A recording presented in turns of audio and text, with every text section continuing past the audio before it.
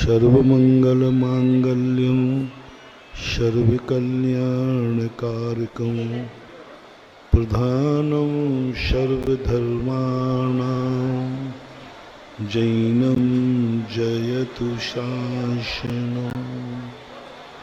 पंच परमेष्टि भगवान की आचार्य श्री गुरुवर कुंद कुंद महाराज की, आचार्य श्री गुरुवर विद्यासागर महाराज की।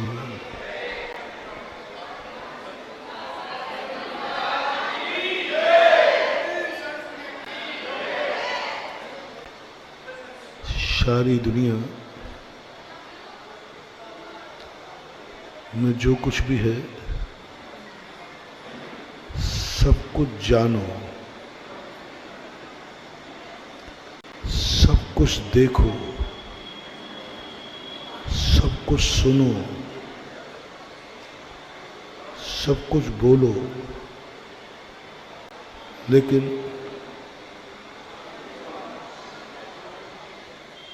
ये करते समय एक ही बात का ध्यान रखना है कि इससे मुझे और सामने वाले को भय तो नहीं लग रहा है। जब तुम किसी चीज को देखो तो तुरंत देखो, इसको देखते समय मुझे डर तो नहीं लग रहा है, कहीं ये भाव तो नहीं आ रहा है कि जिसको मैं देख रहा हूं इसको देखते हुए कोई देख तो नहीं लेगा, कोई देख तो नहीं लेगा मुझे। कई लोग चोरी छुप के देखते हैं, देखना बुरा नहीं है, और जो तुम देख रहे हो वो सबसे बुरा है, क्योंकि तुम्हें डर लग रहा है कोई मुझे देखते हुए न देख ले। ये जो भय है ये आत्मघाती जस्ता है। देखने में कोई पाप बंद नहीं होता, थोड़ा सा होता है। बुरा भी देखो, कोई ज्यादा नहीं। जो वस्तु है वह देखने की है, और आंख है तो देखेगी। कोई सुंदर प्रदर्शनी लगी रहती ना, उस पर लिखा रहता है ब्यूटी बट नो टच। ये सुंदर है लेकिन इसको टच मत करना, टच करते ही वो गंदी हो जाएगी। सुंदर वस्तु देखने की है, छूने की नहीं। सुंदर वस्तु देखने की है, ग्रहण करने की नहीं। अच्छी वस्तुएं जो भी होती हैं उनको देखो। भगवान सबसे अच्छे बन जाते हैं, उनका दर्शन किया जाता है। जीवित भगवान को कोई छू नहीं सकता क्योंकि वो बहुत सुंदर है, और छूने वाला सदा गंदा रहेगा। जिसको तुम छू रहे हो भगवान को ले लेता हूं। भगवान सब तरफ से सुंदर है, निर्दोष है, पवित्र है, पावन है, और छूने वाला कौन है? आप लोग ही ना। तो बोलो, आप गंदे हैं, अपवित्र है, अशुद्ध है। और अशुद्ध व्यक्ति शुद्ध को छुएगा तो अशुद्ध शुद्ध हो जाएगा कि शुद्ध अशुद्ध हो जाएगा। इसलिए सात प्रकृति ने नियम बना दिया, भगवान को कोई छू नहीं सकता, क्योंकि वो शुद्ध हैं। शुद्ध भगवान को कोई छू नहीं सकता क्योंकि वो शुद्ध है। इसी प्रकार संसार की जितनी अच्छी वस्तुएं हैं, चाहे वो नेत्र संबंधी हो उनको देखो, समझो, छुओ मत, ग्रहण मत करो, अन्यथा वो सुंदरता मिट जाएगी, वो गंदी हो जाएगी। ऐसे ये सारी सृष्टि है। सबको जानो, देखो। सर्वज्ञ भगवान भी देखते हैं, मुनि महाराज भी देखते हैं, लेकिन उसको ग्रहण नहीं करते, छूते नहीं, देखते हैं। सबसे बड़ा पाप है। और चलो कोई बात नहीं, तुम्हें देखते समय उस चीज को तुम्हें देखने की छूट है जिसको देखते समय तुम्हें कोई डर नहीं लगे, कोई डर नहीं लगे, किसी का डर नहीं है। खुली आंख से देखो, कोई डरना नहीं। ये भाव नहीं आ जाए कि कोई देख लेगा तो क्या कहेगा, ये क्या देख रहा है। यदि ये भाव आ गया कि मैं इस चित्र को देखूंगा, इस वस्तु को देखूंगा, तो तुम्हें ये डर लग रहा है कि कोई देख लेगा तो वो कहे तुम और ये चीज देख रहे हो, बस यही सबसे बड़ा पाप है, भय। अभी अपन विगत दिनों से कह रहे हैं, वो दुख नहीं जिससे हम दुखी हैं। बीमारी से दुखी हो, किसी दुश्मन ने तुम्हें बुरा कर दिया, दुखी हो, तुम गरीबी से दुखी हो, घर में कोई मर गया उससे दुखी हो, ये दुख की कोई चर्चा नहीं। इससे दुखी तो सब होते हैं। पैर में कांटा लग गया तुम दुखी हो, सब होते, महाराज भी होते। हमें कांटा लगेगा तो सुख होगा कि दुख? दुख होगा, होना तो वो तो हो गई। कांटे का काम ही दुख देना, दुखी होना, कोई फर्क नहीं पड़ता। कांटा दुख रहा है, पैर में चुभ रहा है, महाराज भी कहेंगे बहुत दुख हो रहा है, दुखी है, कोई फर्क नहीं पड़ता, चलने दो। तुम गरीबी से दुखी हो, कोई फर्क नहीं पड़ता, दुखी बने रहो, क्योंकि गरीबी का दुख सबको होता है। जो तुम्हारे पास है उसका दुख मनाओ या सुख मनाओ, कोई फर्क नहीं पड़ता। जिन जिन बातों से तुम दुखी हो, उपलब्धि पे, अनुपलब्धि पे नहीं। अनिष्ट संयोग एक हमारी सैद्धांतिक भाषा में आता है, अनिष्ट संयोग, अनिष्ट नहीं, अनिष्ट संयोग। अनिष्ट अलग चीज है और अनिष्ट संयोग अलग चीज है। अनिष्ट में तो संसार में कितनी चीजें हैं जो हमारे हितकारी नहीं है, लेकिन उससे हमें कोई आर्त ध्यान नहीं हो रहा, क्योंकि उनका हमारा संयोग नहीं है। उस संयोग के लिए कितनी बड़ी बात जैनाचार्य ने खोजा। छठे गुण स्थान तक मुनिराज भी अनिष्ट संयोग से दुखी हो सकते हैं और उनका भावलिंग बना रहेगा। अनिष्ट किसे कहते हैं? जो हम नहीं चाहते हैं वह हमारे जीवन में आ जाना। जो हम नहीं सोचना चाहते हैं वे विचार मन में आ जाना। जो हम नहीं देखना चाहते हैं वो देखने में आ जाना। जो हम नहीं सुनना चाहते हैं वो अशुभ वचन कानों में आ जाना। जो मैं नहीं बोलना चाहता हूँ वो मुंह से निकल जाना। जिस व्यक्ति को हम अपने जीवन में नहीं चाहते हैं वो मेरी जिंदगी में आ जाना। XYZ जो हम नहीं चाहते हैं वो तुम्हारी जिंदगी में आ गया, इससे तुम दुखी हो। घबराना नहीं, क्योंकि अनिष्ट आ गया, कांटा चुभ गया। अब कांटा चुभने से तुम दुखी हो, कोई बड़ी बात नहीं है। तुम्हारा सम्यक दर्शन नष्ट नहीं होगा, हमारा मुनिपद भी नष्ट नहीं होगा। हम कह सकते हैं मेरे पैर में कांटा लगा, बहुत दर्द हो रहा है, और तुम जब निकालोगे ना तो हम थोड़ा सा दर्द है, ये भी कह सकते भाई धीरे निकाल, भाई धीरे। तो भी हमारा मुनिपद सदोष नहीं होगा। कांटा चुभ रहा है, कांटे की वेदना है, सपोज कीजिए इतना चुभ गया कि आंख में आंसू भी आ गया। इतना ही नहीं, इतना जोर से चुभा कि चीख निकल गई, मर गए। बहुत कष्ट है। तो भी तुम मुनिराज को मत समझना। काहे के मुनिराज हैं? देखो रो रहे हैं। काहे के मुनिराज हैं? देखो चीख रहे हैं। काहे के मुनिराज हैं? देखो कह रहे भैया आओ, मेरे पैर में बहुत कांटा लगा है, निकालो, बहुत तकलीफ है।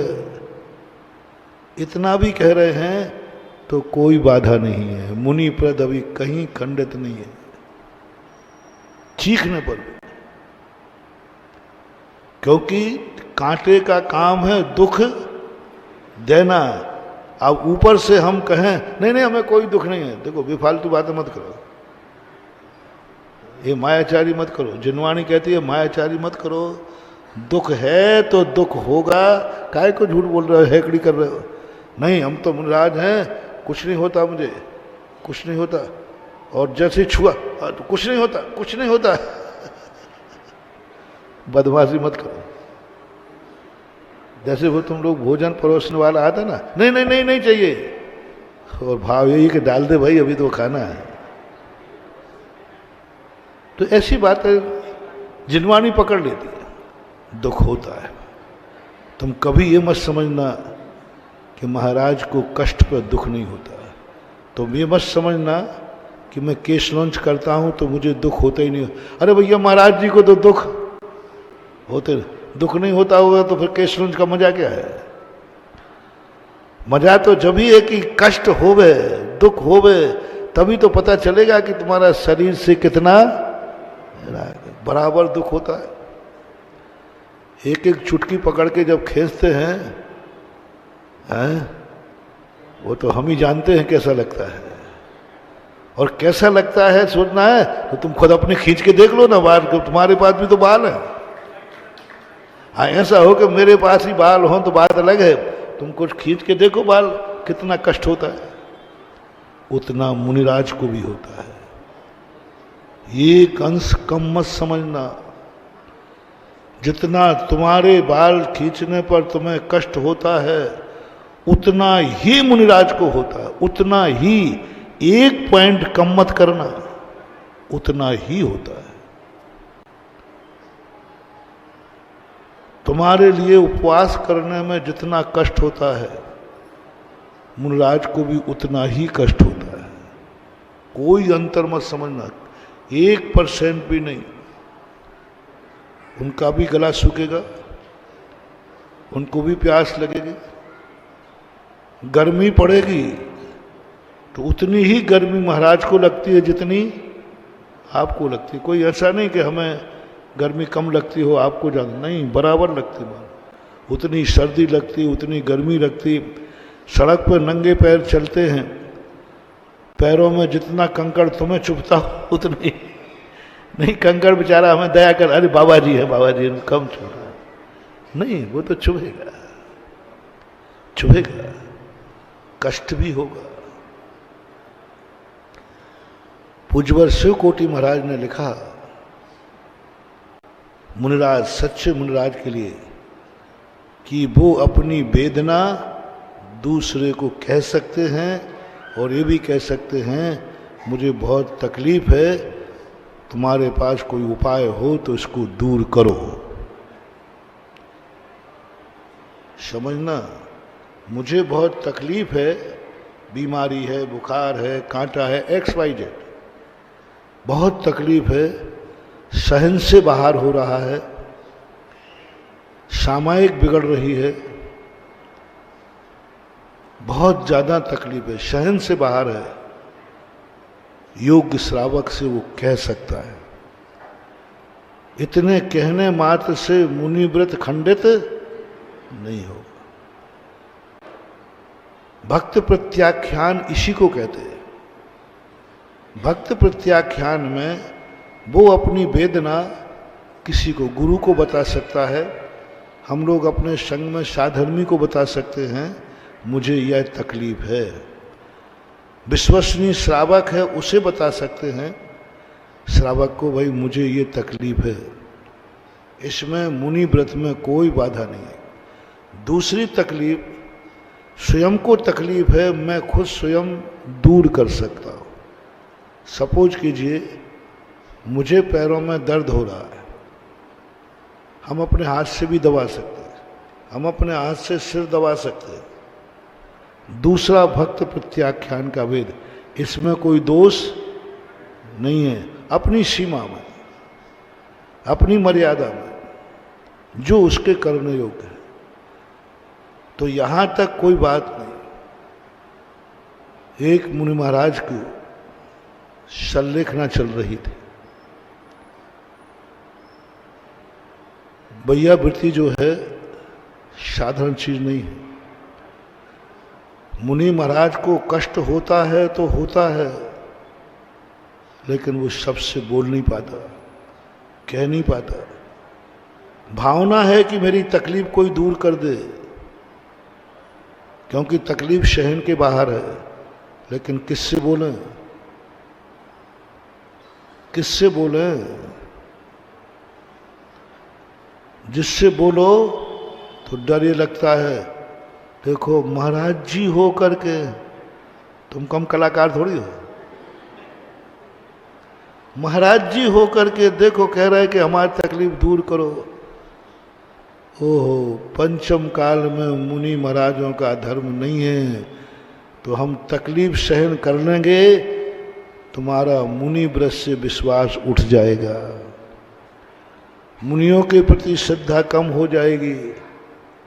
ये सोच करके हम कष्ट सहन करते रहेंगे, लेकिन तुमसे बोलेंगे नहीं, नहीं बोल सकते। भाव है दूर करने का। वैयावृत्ति करने के लिए सबसे पहले मुनि का विश्वास जीतो, विश्वास जीतो। मुनिराज नहीं कराना चाहते हैं सो बात नहीं, विश्वास जीतो। उसको इतना विश्वास हो जाए कि व्यक्ति वैयावृत्ति करेगा पर स्वयं को भी याद नहीं रखेगा। दूसरे क्षण तुम पूछोगे क्यों भैया महाराज जी क्या वैयावृत्ति की है? साहब मुझे पता नहीं, अब भी तो कर गया। भाई कर रहा था तब तो ध्यान था, अब तो मैं भूल गया। भूल गया मैंने क्या किया महाराज को, मैंने क्या वैयावृत्ति, और की भी के नहीं मुझे पता ही नहीं है, मन से भूल गया।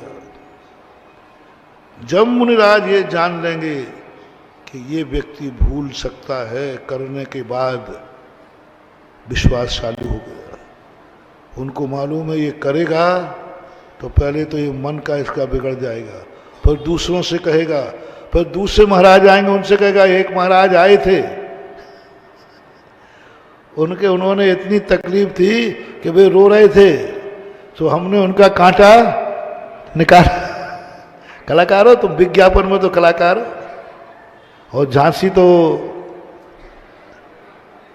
झांसी है ना, सवई ले लेना बाबू।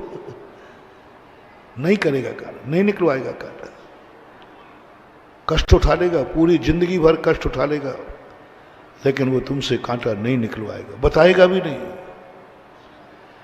क्योंकि उसे मालूम है कि तुम क्या करोगे निकालने के बाद। दो संस्मरण तुम्हें सुनाता हूं। एक वैद्य जी थे, बुखार था, बहुत बुखार था। बुखार था तो ठीक करने का भावना तो था ही। वैद्य जी आए तो वो हाथ देगा, बोले महाराज जी हमने बहुत सारे वैद्यों की दवाई की है, आचार्य देशभूषण महाराज जी की भी की है, धर्म सागर महाराज के संग में भी की है, और सब में उन्होंने 10-25 नाम निकाल दिए, और नवज देखता जा रहा है। और मैंने तुरंत कहा वैद्य जी मैं ठीक हूँ। बोले नहीं महाराज, नहीं मैं ठीक हूँ, वो गर्मी में थोड़ा उपवास किया ना गर्मी में, उसकी गर्मी नहीं, मैं ठीक हूँ। मैंने समझ लिया 25 नाम गिनाए, 26 मेरा भी जोड़े गए। 27 के बाद जाएगा तो किसको जोड़ेगा?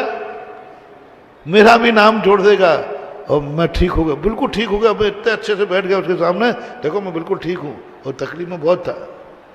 अब बोलो साधु ने किस लिए भैयावृत्ति नहीं कराई? साधु खो दोगे तुम, साधु हाथ से चला जाएगा, साधु का मरण हो जाएगा तुम्हारी इस बुरी आदत के कारण। साधु कहते मरूं तो मर जाऊं लेकिन बदनाम। अब देशभूषण महाराज जी कब हुए भैया बोलो? और तुमने आज भी उनकी बात खोल दी ना। 87 में समाधि होगी, बता दे। हाँ तो यहां भी आए, बता दे। तो ये अब बोलो, अब अपन ने ला दिया। नहीं महानुभाव, आज प्रसंग आया है तो कह दूं तुम लोगों से, भूल जाओ, भैयावृत्ति करके भूल जाओ। एक साधु के साथ जो तुमने सेवा की है, दूसरे साधु को बाईपास मत करो, रेफरेंस मत दो, अपनी इज्जत मत बनाओ। उसने तो सोचा था कि 25 का सुनाऊंगा तो महाराज का बहुत विश्वास हो जाएगा, परिणाम ये निकला कि वो आया हुआ वापस लौट गया बैरिंग।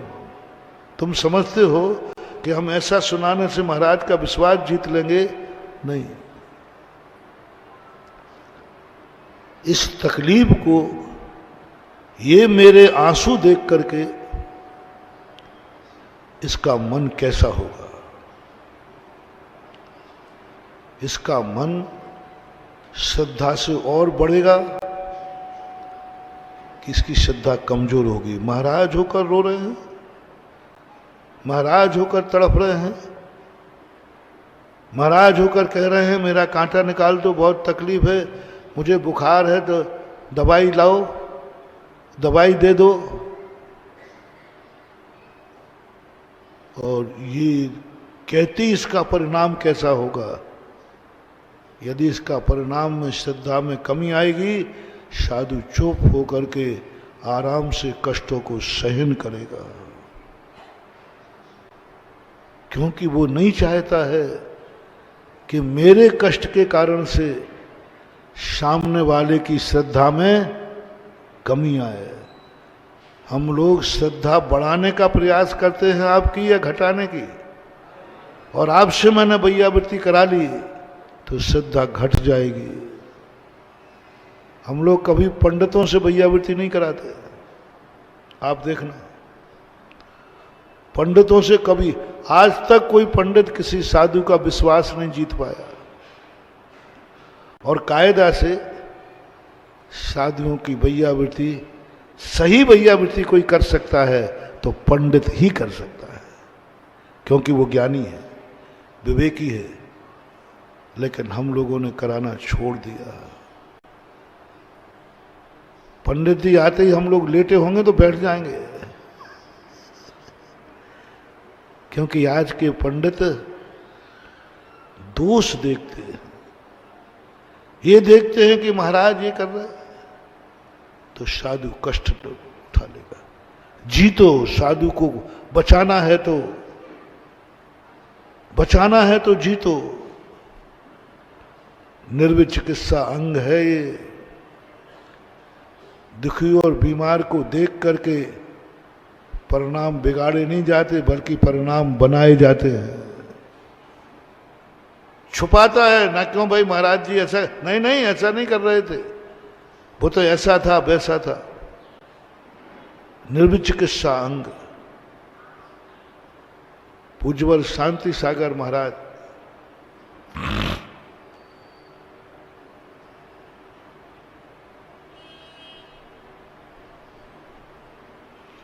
शम्मेश शिखर की यात्रा कर रहे थे। रास्ते में एक महाराज समाधि से च्युत हो गए। समाधि में थे, समाधि ले रखी थी, लेकिन वो च्युत गया। मुझे नहीं करना, तुम लोग मुझे मार रहे हो, खाने नहीं दे रहा, मुझे खाने लाओ, मुझे पीने लाओ, मुझे नहीं चाहिए मुनिव्रत। पीछे फेंक दी उन्होंने। समाधि का समय था। अब ऐसी दशा में आप होते तो क्या करते? झूठ मत बोलना। झांसी में पेपर तो बहुत ही है, हेडलाइन में होता महाराज समाधि से भ्रष्ट, जो लिखते वो मैं नहीं बोल पाऊंगा। नहीं ठीक है, हम एक की बात नहीं कर रहा हूं। आज की इस दुनिया की नीति क्या है? गिरे को देखकर उठाने की या गिरे को देखकर हंसी उड़ाने का? आज का युग बताओ, गिरे को देखकर उठाने का भाव करते हैं कि गिरे को देखकर उठाने का भाव करते हैं? हंसाने, गिरे को देखकर हंसाने का भाव, हंसने का भाव करेंगे, निंदा का भाव करेंगे, आलोचना का भाव करेंगे, उसे उठाने का भाव बहुत कम लोग कर पाएंगे। अब उस समय कोई पंडित खड़ा हो तो अरे भैया वो तो भ्रष्ट हो गया, कपड़े पहनाओ, काय को रखे यहाँ पे। जितने पंडित गए, वो पंडित भी थे वहां, सब ने भ्रष्ट कह दिया। सब ने कहा अब कुछ नहीं रहा भैया, वो तो भ्रष्ट हो गया, पानी मांग रहा है, पिछी फेंक दी, अब काय का मुनि रहा, वो खाने पीने मांग रहा। सब ने, गांव में पूरे सब लोगों ने भ्रष्ट कह दिया और कपड़े पहनाने की, घर भेजने की तैयारी हो गई। पूज्यवर शांति सागर महाराज, ओहो, यहीं थे, बिहार कर रहे थे, उनको पता चला महाराज जी एक समाधि भ्रष्ट हो गया है, ऐसा ऐसा। बोले अभी कपड़े पहनाए तो नहीं? बोले तैयारी है। तो उन्होंने कहा रुको रुको, रोक दो, जैसी स्थिति में मैं आ रहा हूं। एक भ्रष्ट साधु के लिए पूज्यवर शांति सागर महाराज ने सम्मेद शिखर की यात्रा स्थगित कर दी। अरे इतना बड़ा त्याग, सम्मेद शिखर क्षेत्र, और एक भ्रष्ट साधु के लिए यात्रा छोड़ दी। बोले नहीं, यात्रा नहीं होगी तो नहीं होगी, हमारा सम्मेद शिखर वही साधु है, सम्मेद शिखर से भी ज्यादा। सब बता दिया तो उसने, सबको बना कहा नहीं, मेरा साधु भ्रष्ट नहीं हो सकता, मेरा साधु कभी भोजन पानी नहीं मांग सकता, मेरा साधु कभी पीछे नहीं फेंक सकता, नहीं हो सकता। मेरा यानी दिगंबर है, उनके शंका नहीं था। बोले महाराज हम लोग आंखों से देख के आ रहे हैं। बोले तुम्हारी आंखें झूठी हो सकती हैं। एक नहीं, दो नहीं, 100 लोगों ने कहा। बोले पूरा संसार कहो तो भी नहीं मानूंगा मैं, पूरा संसार कहो तो भी नहीं मानूंगा मैं खुद देखूंगा।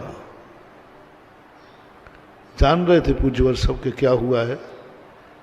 एक व्यक्ति झूठ बोल सकता है, 100 तो नहीं बोलेंगे।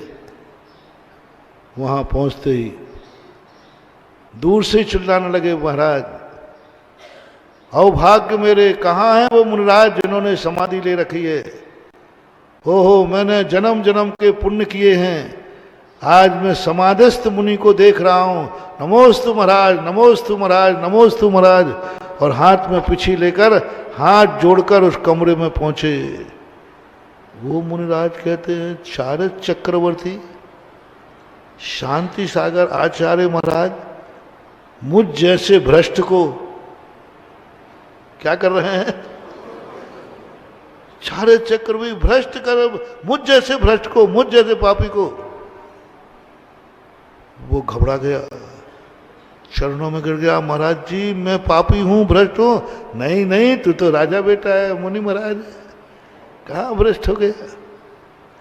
तू भ्रष्ट नहीं हो सकता, तूने ये गलती नहीं की, वो तो थोड़ी सी गर्मी चढ़ गई थी, उस कारण से ऐसा हुआ। तूने नहीं किया, वो तो गर्मी चढ़ गई थी थोड़ी, वो गर्मी के कारण हुआ। डॉक्टर बनो, डॉक्टर। सन्निपात का मरीज जब डॉक्टर के पास जाता है तो डॉक्टर देखता है, वो लात मारता है जम के। डॉक्टर गुस्सा नहीं करता, सीधा रुमाल उठाता है। जब ठीक हो जाना तब वो सन्निपात का मरीज कहता है, डॉक्टर साहब ये लोग कह रहे हैं हमने आपको लाते मारी है। बोले तुझे याद है? बोले नहीं मुझे याद नहीं, ये लोग कह रहे हैं मुझे क्षमा करना। बोले चिंता मत कर बेटा, मैं डॉक्टर हूँ। जिसने लाते मारी थी ना उसको मैंने इतने लंबे लंबे इंजेक्शन लगा करके भगा दिया। लातें किसने चलाई थी? तूने चलाई थी क्या? तूने चलाई थी तो अब क्यों नहीं चला रहा है? अब भी तू ही है ना। तूने यदि लात मारी थी तो अब क्यों नहीं मार रहा है? उस समय लात मारने वाला तू नहीं था, बीमारी थी। क्या था? वो सन्निपात की बीमारी थी। और जो मुझे लात मार दे उसको मैं छोड़ दूंगा। मैंने तो इंजेक्शन लगा लगा करके उसको ऐसे भगाया, बेटा चिंता मत करना, अब वो लौट के द्वारा नहीं आएगा। तू तो कल भी वही था, आज भी वही है। कौन बन सकता है डॉक्टर जो मरीज की लात खाने के बाद भी उसको बुरा, यदि वो लात नहीं मारता होता तो डॉक्टर को पूछता कौन? डॉक्टर की रोजी रोटी किस पे चल रही है? कि वो मरीज लाते मारता है। और नहीं मारता होता तो समझदार डॉक्टर कहता नहीं, ऐसे ही होते। पूज्यवर शांति सागर महाराज सब जान रहे थे, मन में विकल्प ही नहीं आया। ऊपर से नहीं कर रहे थे मायाचारी, नहीं नहीं तूने गलती नहीं की है, तू काम रहे। वो गर्मी बढ़ गई थी ना, थोड़ा सा आहार में कोई गर्म चीज चल गई होगी और या कोई चीज नहीं चल पाई होगी तो इसलिए गर्मी बढ़ गई। और वो रोने की जो धारा बहाई उसने, महाराज मैं भ्रष्ट हो चुका हूं, मैं भोजन पानी मांगा है मैंने, पिछी मैंने फेंकी है। बोले नहीं तू फेंक ही नहीं सकता, तू फेंकता तो मेरे चरणों में क्यों पड़ा होता?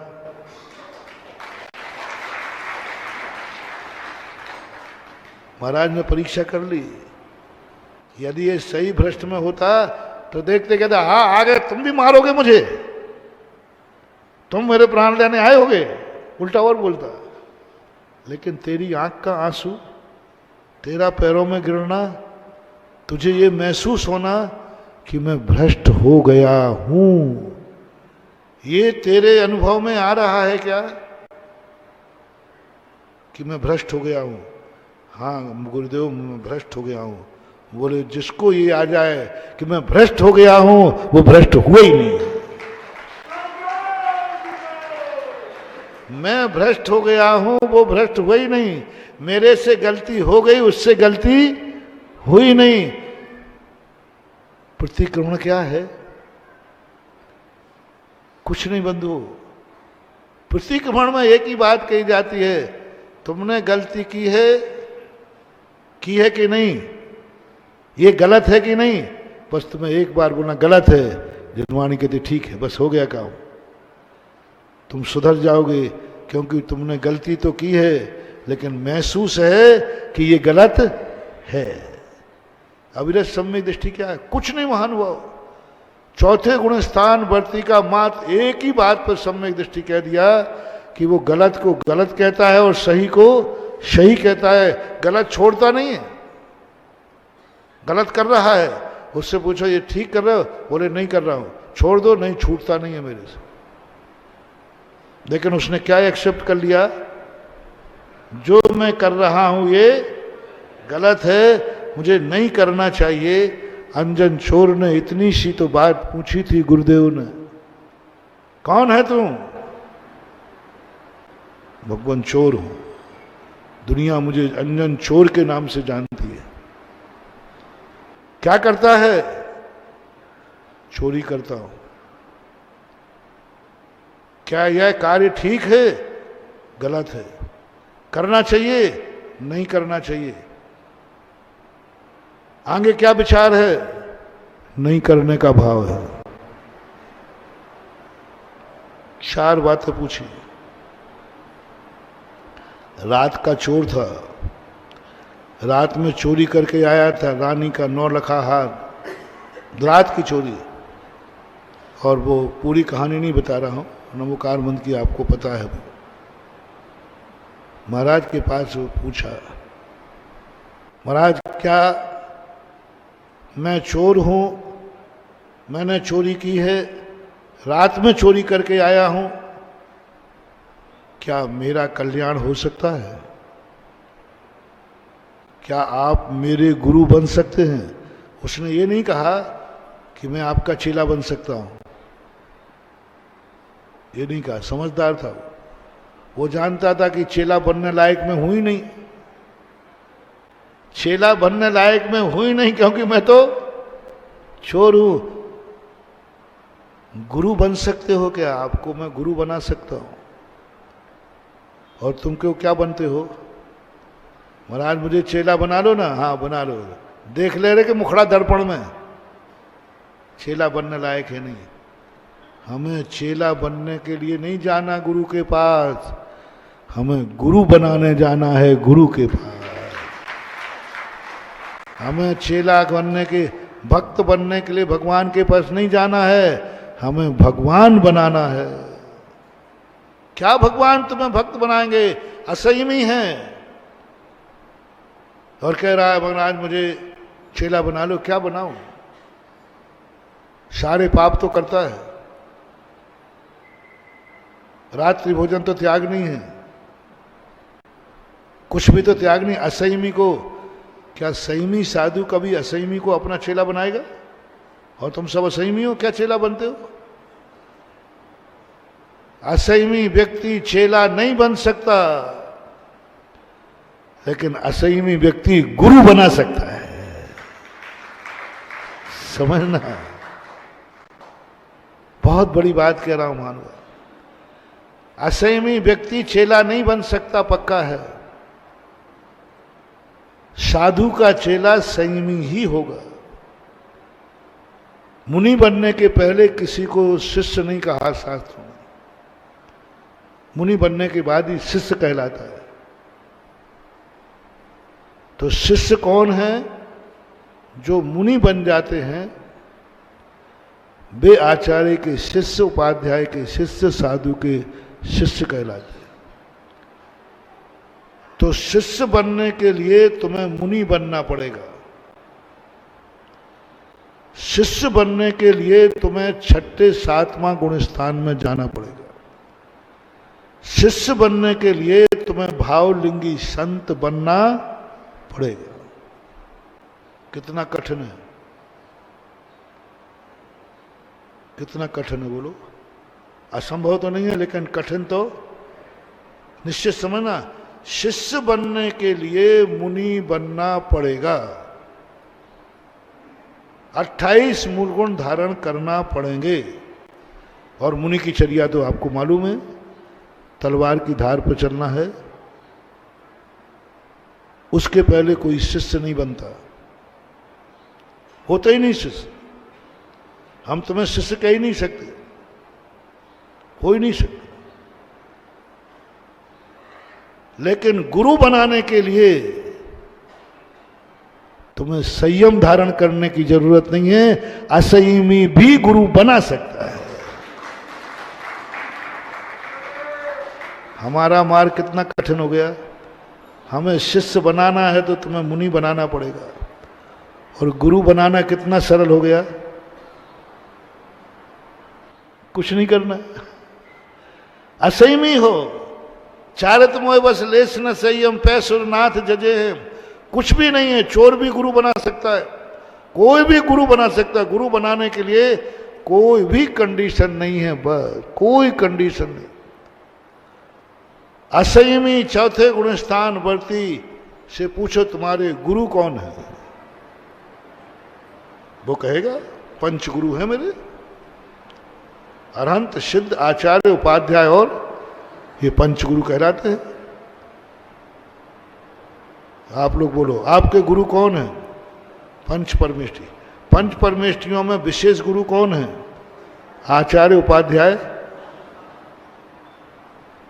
यही है ना। झांसी वाले बताओ ना, तुम्हारे गुरु कौन है? दिगंबर मुनि महाराज कि अड़ोसी पड़ोसी? अड़ोसी पड़ोसी बता दो, ये गुरु है, ये गुरु है, ये गुरु है, ये नहीं। पूज्यवर समंत भद्र महाराज रत्नकरण श्राप का चार में कहते हैं, गुरु कौन है तुम्हारा? मेरा नहीं पूछ रहा हूं, तुम्हारा गुरु। तुम सब पापों से युक्त हो, हिंसा, झूठ, चोरी, कुशील, परिग्रह सब करते हो तुम, कोई बात नहीं। तुम्हारा गुरु कौन है? समंतभद्र महाराज रत्नकरण श्राप का चार में कहते हैं, तुम्हारा गुरु कौन है? बोलो, गुरु कौन है? विषयाशा वशाती तो नरारंभो परिग्रह ज्ञान ध्यान तपो रक्ता तपस्वी सा सप्रशस्ते। दिगंबर, आपकी भाषा में बोला, दिगंबर जैन मुनि ही मेरा गुरु है। ओके, पक्का करूं? डन करूं? लॉक कर दूं? वो कहते ना, सबकी राय क्या, लॉक करूं? दिगंबर जैन मुनि ही आपका गुरु है। जिनका नहीं हो वो हाथ उठा दे। जैनियों से पूछ रहा हूं, आप लोगों का भी बोलो ना। दिगंबर जैन मुनि ही मेरा गुरु है। जिसने नहीं बोला होगा ध्यान रखना, बोलो, मेरा गुरु दिगंबर जैन गुरु मुनि महाराज हैं। पक्का लॉक करता हूं। जब आप मुनि को दिगंबर मुनि मान सकते हो, गुरु मान सकते हो, तो महाराज आप और बता दो, आपका चेला कौन है? आप बोलो, आप महाराज बोलो। हम झांसी वाले, क्योंकि आपको हमने गुरु मान लिया, तो सीधी बात है, जब आपको गुरु माना तो आपको भी मुझे चेला मानना पड़ेगा। बस यही तो विशेषता है। मैं नहीं कहूंगा,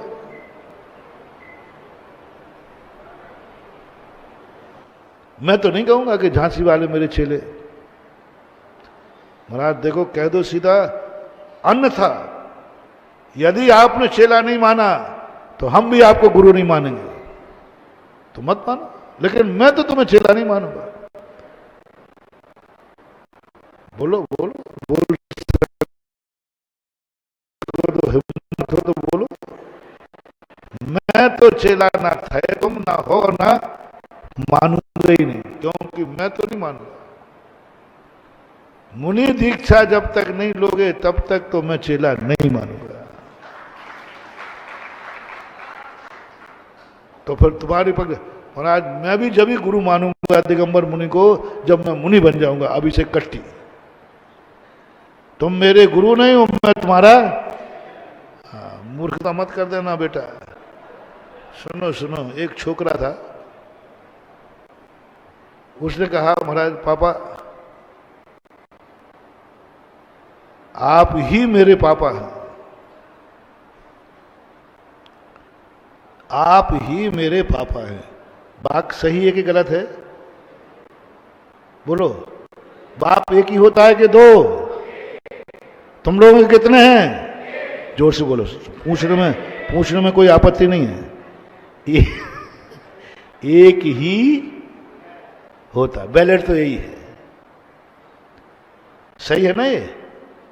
तो अब बेटे ने कहा पापा से, पापा आप ही बताओ, मेरा बाप तो एक ही है, आपके बेटा कितने हैं? आप भी बोलो कि मेरा बेटा भी एक ही है, और उसके 4 बेटे थे। अब बेटे ने जिद पकड़ ली, जब मैं ही लगा रहा हूं तो आप लगाओ, क्योंकि वो झांसी का था। उसने कहा, जब मैंने कहा कि मेरा बाप एक ही है, तो पापा आज से आप भी कोई पूछेगा कि आपके बेटे कितने हैं, तो आप भी कहोगे मेरा एक ही बेटा है। अब इस समस्या को सुलझाओ आप लोग। इस समय, और उसके 4 बेटे, बेटे ने जिद कर ली। मैंने पहले ही कहा था बाल हट खतरनाक होती है। अब वो कहता आप कहो कि बेटा मेरा एक ही बेटा है और 4 बेटे हैं, और एक बेटे ने जिद कर ली, जब मेरे पापा एक हो सकते हैं तो आप मेरे बेटे मेरे एक क्यों नहीं कह सकते? बोलो, इसका समझौता करो। संभव है? 4 बेटे कैसे कहते वो? तो कहता बेटा ये तो नहीं हो सकेगा, ये तो नहीं हो सकेगा, मेरे 4 बेटे। तो पापा ध्यान रख लेना, मैं भी, यदि आपके 4 बेटे, आपसे किसी ने पूछा आपके कितने बेटे हैं, बोले मेरे 4 बेटे हैं, तो ध्यान रखना आज से मेरे से पूछेगा कोई कि तेरे कितने बाप हैं, तो मैं कह दूंगा 4 बाप हैं। दोनों में कितना अंतर है? बोलो भाई बोलो। बाप एक पिता अपने 4 बेटे बोल सकता है कि नहीं? कोई ऐतराज, कोई गलत? लेकिन एक बेटा उसकी नकल करे कहे कि नहीं मेरे बाप भी 4 थे, तो नाजायज है कि नहीं? तुम कहीं इन्हीं बेटों में मत आ जाना। इसलिए मैं तो यही कहूंगा, झांसी का कोई भी श्रावक मेरा चेला नहीं। महाराज तो फिर मैं भी कहूंगा झांसी वालों का कोई गुरु नहीं। तो तुम उसी बेटे में जाओगे बेटा। तुम्हें तो क्या कहना है, गुरु महाराज हमें चेला बनावे या ना बनावे, मेरा गुरु तो पक्का है।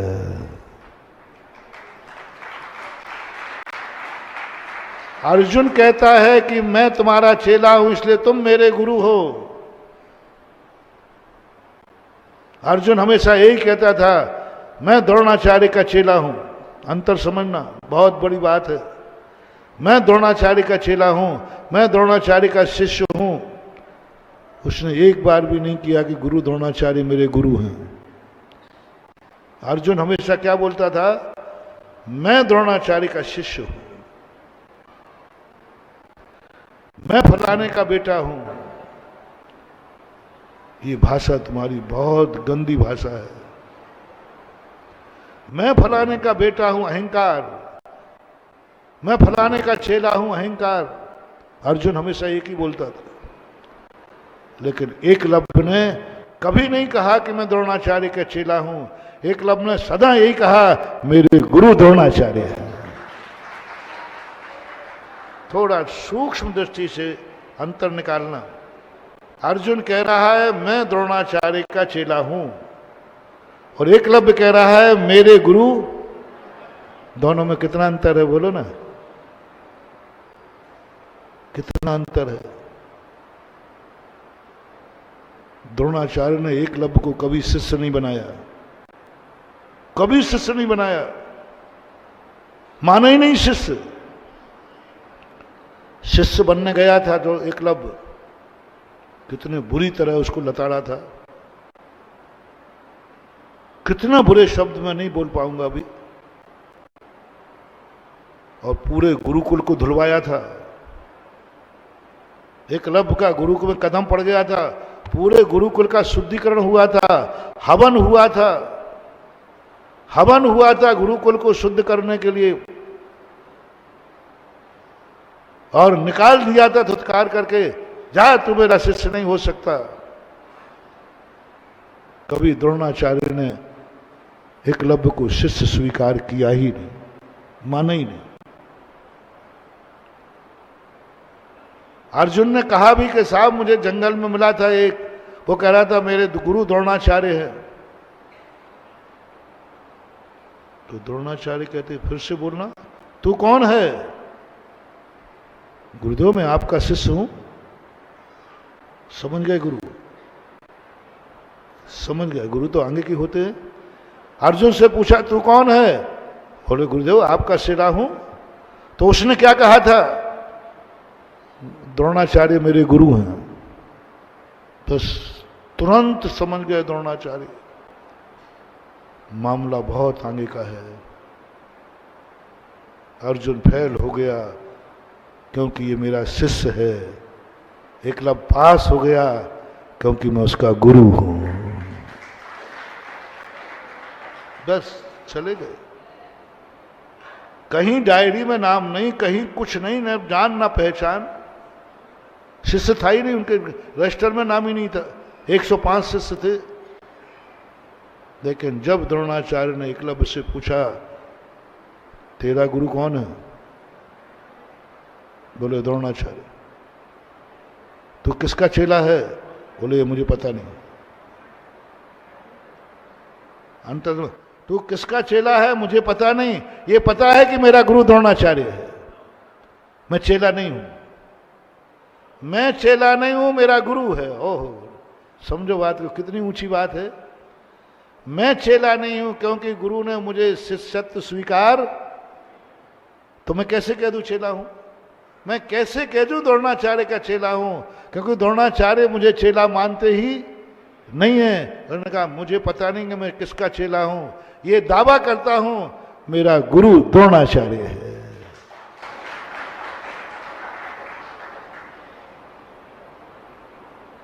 जो गुरु का चेला बनता है उसकी शक्ति, और जो चेला न बन के गुरु बनाता है उसकी शक्ति, बोलो दोनों में कौन जीता? अर्जुन या एकलव्य? एकलव्य जीत गया। गुरु ने कुछ सहारा नहीं दिया, आशीर्वाद नहीं दिया, पढ़ाया नहीं, लिखाया नहीं, फिर भी वो विद्या सीख गया। उससे बोलता है माटी का, बोले कहाँ है तेरे गुरु? वो एक टीले पे ले गया, बोले ये है मुर्गी, ये तो माटी का है। अर्जुन से कहा ये तो माटी का है।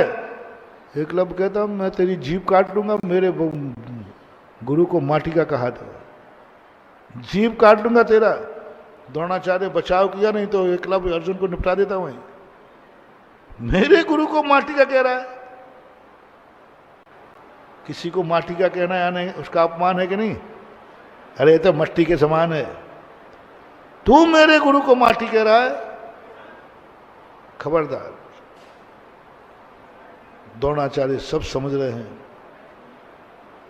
ये बहुत आगे की किताब है। ये अपने गुरु को माटी का कहते ही आग बबूला, खबरदार। और सारी दुनिया से पूछो वो मूर्ति माटी की थी कि नहीं थी? बोले इन्हीं ने तो हमें सिखाया है। बोले ये बोलते हैं? हाँ बोलते हैं। मुझे क्या मालूम कि धनुष कैसे पकड़ना, मुझे क्या मालूम कि कैसे तीर चलाना, मुझे क्या, सब इन्हीं ने बताया। सब यही बोलते थे, यही पढ़ाते थे। 1-1 घंटे हमारा पीरियड लगता था। थोड़ी सी कल्पना में जाओ, माटी का पुतला एकलव्य से कैसे बोलता होगा। और दूसरा तो उसको कोई दूसरा सिखाने वाला तो उसके पास था नहीं, सब किससे सीखा था? और वो था क्या? माटी का पुतला। क्या माटी, सब कुछ सीख गया।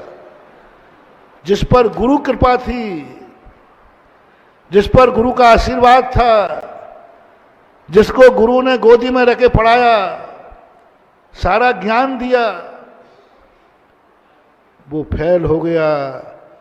और जिसको गुरुकुल से निकाल दिया वो पास हो गया, और ऐसा पास हुआ आज तक अमर हो गया, अमर हो गया। आज अर्जुन ने लांछन लगा दिया द्रोणाचार्य पर। जब जंगल में एकलव्य मिला तो दोनों की विद्याएं एक साथ थी। तो अर्जुन कहता है तेरे पास विद्या कहां से आई? बोले मेरे गुरु द्रोणाचार्य हैं, उन्होंने मुझे विद्या सिखाई है। अर्जुन तो फनफना गया, तुरंत आश्रम में कहता है गुरुदेव आपने झूठ बोलते हो, आप झूठ बोलते हो, आप मायाचारी करते हो। 1 नंबर में मुझे पढ़ाते हो और ट्यूशन में किसी दूसरे को पढ़ाते हो। आजकल चलता है ना ट्यूशन, कोचिंग। आपने क्या कहा था कि हे अर्जुन, ये जो ब्रह्म विद्या है मैंने तेरे अलावा किसी को ना दी है और ना दूंगा, तेरे को ही ब्रह्म विद्या देता हूं। और मैं अपनी आंखों से देख के आया हूं कि ब्रह्म विद्या उसके पास भी है, उसके पास भी ब्रह्म विद्या। ये कहां से आई, कैसे आई? और आपके अलावा दुनिया में कोई गुरु नहीं है जिसके पास ये विद्या है, एक ही के पास ही है। तो गुरु जी क्यों झूठ बोले थे? द्रोणाचार्य कहते, अर्जुन तुम्हारा लांछन मिथ्या है, मैंने किसी को ब्रह्म विद्या दी नहीं, और यह भी पक्का है मेरे से ज्यादा कोई जानता नहीं। चलिए, वो ले गए। आज आपका समय थोड़ा दूसरा है, इसको यहीं विराम करता हूं। आज का विषय बहुत मार्मिक है। और कहाँ से शुरू था? अपनी बैयावृत्ति से। अभी शांति सागर महाराज बीच में हैं, द्रोणाचार्य निकल चुके हैं। इस प्रसंग को लेकर के अपन चर्चा करेंगे। एकदम रोकता हूं, आगे का ब्रेक लगा कर।